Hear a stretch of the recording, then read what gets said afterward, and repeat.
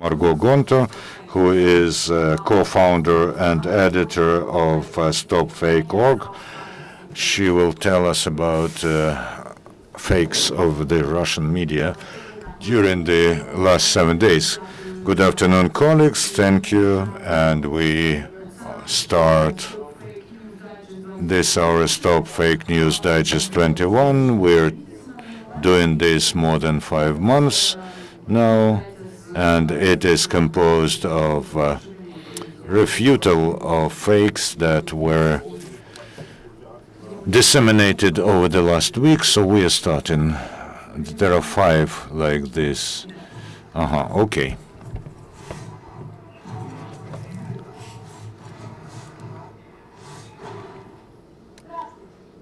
Hello, you're viewing Stop Fake News. Alina Suganyok and Margo Gontar here. You will know about whether it is true that the Red Cross approved of the humanitarian aid.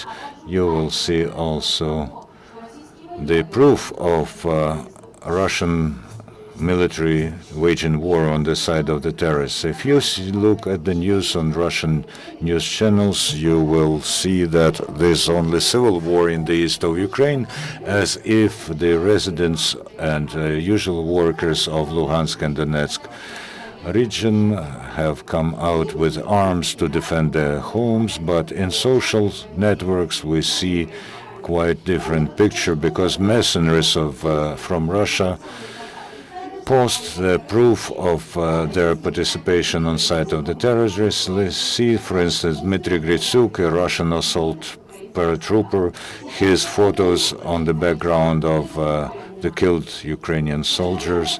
Now it is removed. Resident of St. Petersburg, Kirill Rimpus, has also posted these photos like these. Another St. Petersburg resident, Kirill Yurievich, did this. Besides, the Alexander Argat also posted the photos of Russian paratroopers who were boasting that they take part in the war with the Ukrainians. Of course, those posts were removed. Another Russian, Mr. Richter, came to war from Voronezh, and he also written in his Facebook, the guy who was considered to be killed, he is alive, he is in Donetsk hospital. Besides, another 2 pages were found. Put a picture on the background, Snizhne, and Ruslanov near the sign of State Border of Ukraine. On August 8, Russian media announced that the International Committee of Red Cross supported the idea of Lavrov about supplying humanitarian aid to Ukraine. They also referred to the site of the committee, but there was no such a statement. Next day, mass media of Russian Federation started angry against the Kyiv authorities because they refused to allow to the territory of convoy from Russia. So allegedly, they don't support the initiative of Red Cross, but the head of the delegation of Red Cross told that the committee received the suggestion about humanitarian aid, but did not approach representatives of the Red Cross, informed that they did not give the agreement, could not give an agreement to convoy to the territory of Donbass, and the speaker of the organization to be said that if all the parties of the conflict agree that the committee will be able to get humanitarian aid from Russia, but the Red Cross, according to the rules of its work, will transport it to the destination. But until now, nothing was done, she told. Known support of separatists in Donetsk and Luhansk, Maria Tsipko, who on regular basis gets on Russian TV and different roles, gave evidence of atrocities of Ukrainian armed forces. She called herself to be a lawyer from Donetsk, and she was in the program Moment Istin on Russian 5th channel in Kramatorsk. There was one family, and Reisa, there's one nickname. He's in Luhansk now. When fascists came to Kramatorsk, they found by a letter an information that the family was in Kramatorsk. That his family, they got a mother, father, and close relatives, and in front of everyone, they killed them. They murdered them just to threaten the rest. And they told, if you know and if you don't inform that somebody was a rebellion or a betrayal, the same will happen to you. The program of Moment Истины was on August 4, and but the Ukrainian armed forces came on August 5. But for the month, there was no announcement about a public camera in the downtown of the city, and there was attention to it. And that's a very dubious announcement, statement. It's very similar to the first, to what they said on Channel 1, when a woman told about that one boy was crucified in Slavyansk. That was also an invention of journalists. Russia 24, Russia Today, Love News, Izvestia, and other Russian media on the 4th of August said that Ukrainian bodyguards who went to the territory of Russia allegedly laid down their arms and asked for refuge in Russia. In reality, they did not desert Ukraine. They did not want to stay in Russia. They had to address the OSCE mission for help. No requests of about giving them refuge was there, and the journalists do say. For instance, the correspondent of the BBC Russian said that all Ukrainian military servicemen with whom they talked wanted to leave the territory of Russia. Ukrainian journalist Andriy Tsaplienko confirms what the OSCE mission says. He says that militants with fire from tanks and artillery have pushed the unit of Brigade 72 and our bodyguards to the Russian territory. They were firing at them for 4 hours in the night, and now they are talking to monitors from OSCE. It was they had nothing to repel the attack with.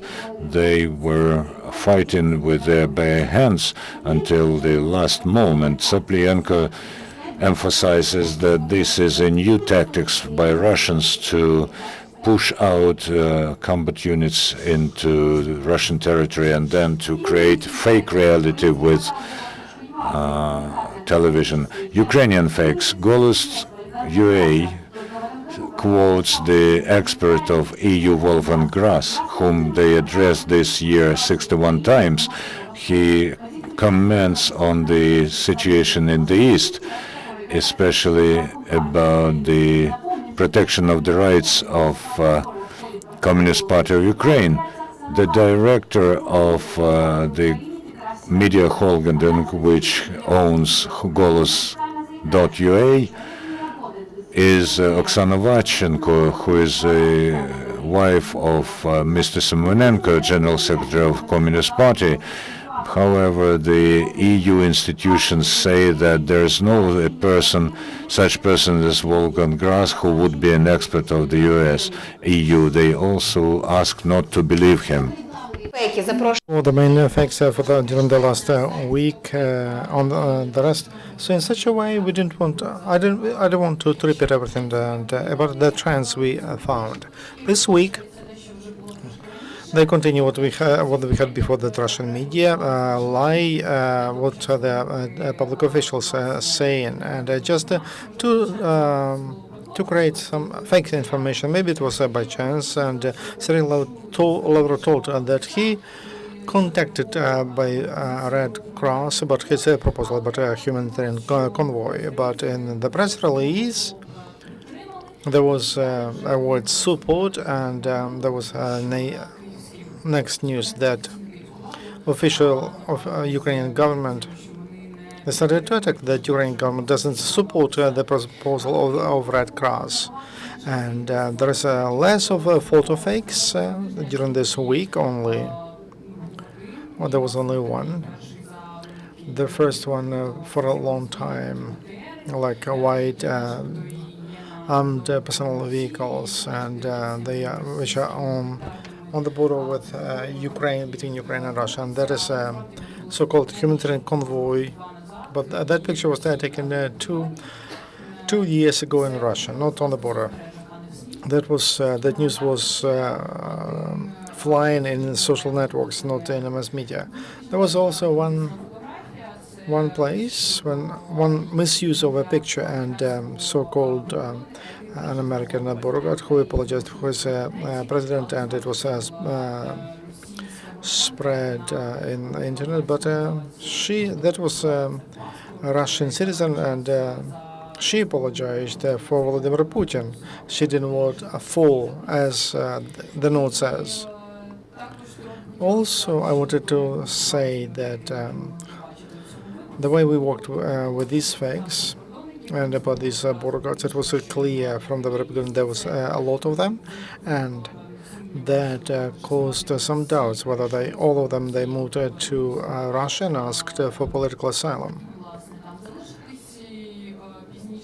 Later, we received information from Saplyenko, and we quoted that they contacted the OSCE and with official Ukrainian authorities, and that was mentioned in the report of OSCE, and then newspapers wrote that Ukrainians are returning, and the same was done by the mission, and those were good arguments for us to show this fake news. As to the Red Cross, you could read the official version of what Lavrov told, and he didn't speak about, there was not about support, and nothing was about the support, and Red Cross told that they have not supported that position of Lavrov. And Holos UA says that representatives of EU, they told her that that person is not the one to trust, and she doesn't represent EU position. And before they noticed that that person gave during the last was referred to about 70 times, and he was making up news, and the European judges would come to check corruption in Ukraine. If those who are caught, they will be sentenced according to European laws, and they could get about a sentence of 10 years. Ось. And we also, by the way, found the guy with such a name. He's a movie producer in Germany. He hardly could have been an official representative of EU. Another detail that we got to know from our users, that we are being blocked in some regions of Russia according to the law adopted on the 2nd of March. So we told our users that this could be sidestepped by the browser Tor and also Chrome who's made. And well, that's all about the news, but I wanted to add that we have a chapter opinions, мнения in Russian. We there post the articles that we think it's possible, it is necessary. We also posted the article of Parubiy that he posted on Ukrainska Pravda about the hybrid war, where a lot of ways and means are used, and one of the interesting means that Parubiy paid attention to is that the victim state is represented as aggressor state, and this is how the Russian mass media paints Ukraine. I have several questions as a moderator. Is the activity of users rising? Are they sharing more fakes with you? At the moment, by the way, just now, the activity of users has fallen down. We think that this is connected to summer vacations. Besides, our users can already distinguish fakes from real information. Besides, we have a tutor chapter about how to distinguish a fake, so probably they got learned, and that's why there's lesser activity. And I cannot tell for sure why this happens, but it's certainly lesser. Another, I am very interested in Golos UA fake about this expert. Have you contacted Golos.ua? And are there any other Ukrainian resources that disseminate such fakes? You know, we didn't contact them. We just published this. Sometimes there were cases when they written to us, but those were separate cases. Last week there was a fake from Sensational, but they just reposted a Russian military photo, which they reposted, but the number of Ukrainian fakes is much lower than Russian fakes. No, we don't have an official comment from Golos.ua, but we didn't contact them really. Thank you. Thank you for what you do, and we will expect new information from you about new Russian fakes. Thank you. We talked to Margo Gontar, who is the editor of the